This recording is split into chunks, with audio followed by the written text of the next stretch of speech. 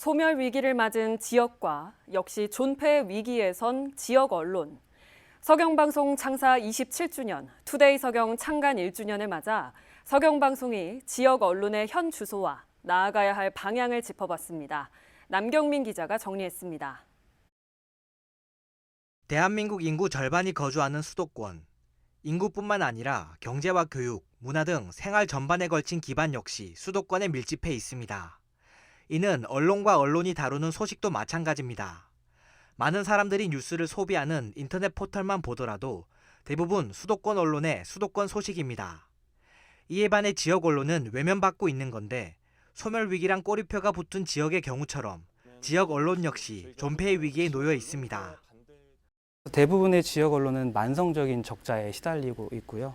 이를 지원하기 위해 지역신문법, 지역방송지원법 이런 것들이 있는 겁니다. 그럼에도 불구하고 상당히 어렵습니다. 그 지역 소멸이라는 용어가 등장하기 이전부터 지역 언론이 꽤 많이 어려웠었는데요. 지역 인구 감소 등으로 더더욱 어려워지고 있는 게 사실입니다. 전문가들은 지역 언론이 위기를 맞은 원인을 두고 지역 인구 감소 외에도 언론사들의 소유 구조나 운영 구조를 꼽았습니다.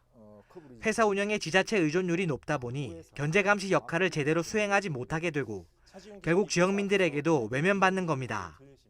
지자체의 거의 70% 이상을 의존을 하고 거기서도 적자가 나오면은 사주가 메꿔주는 그런 구조다 보니까 지역 언론이 지방자치단체를 제대로 어떤 비판하고 견제하고 감시할 수 있는 이런 게 안 되는 거죠.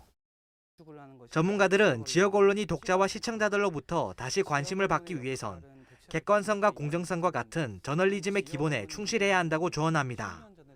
또 바뀐 미디어 환경에 빠르게 적응하고 새로운 시도를 이어가는 한편 무엇보다 지역 사회와 지역 공동체 속으로 더 깊이 파고들어야 한다고 덧붙였습니다.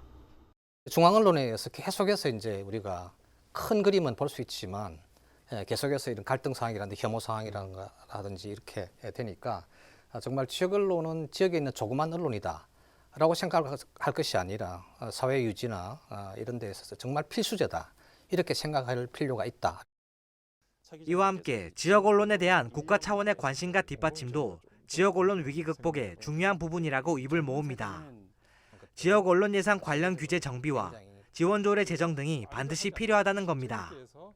광고라나 이런 걸 통해서 언론에게 지급하는 형태에서도 제가 볼 때는 좀 더 투명하게 이게 근거가 좀 맞게끔 이런 부분들도 지자체 스스로가 좀 해야 될 것 같고 언론사 스스로도 제가 볼 때는 좀 지자체 지역에 있는 해당 이슈에 대해서 제대로 접근해가지고 서경방송 창사 27주년과 투데이 서경 창간 1주년을 맞아 마련된 토론회 SCS 열린광장 지역 언론 생존과 상생 방안은 편은 서경방송 채널 8번에서 만나볼 수 있습니다. SCS 남경민입니다.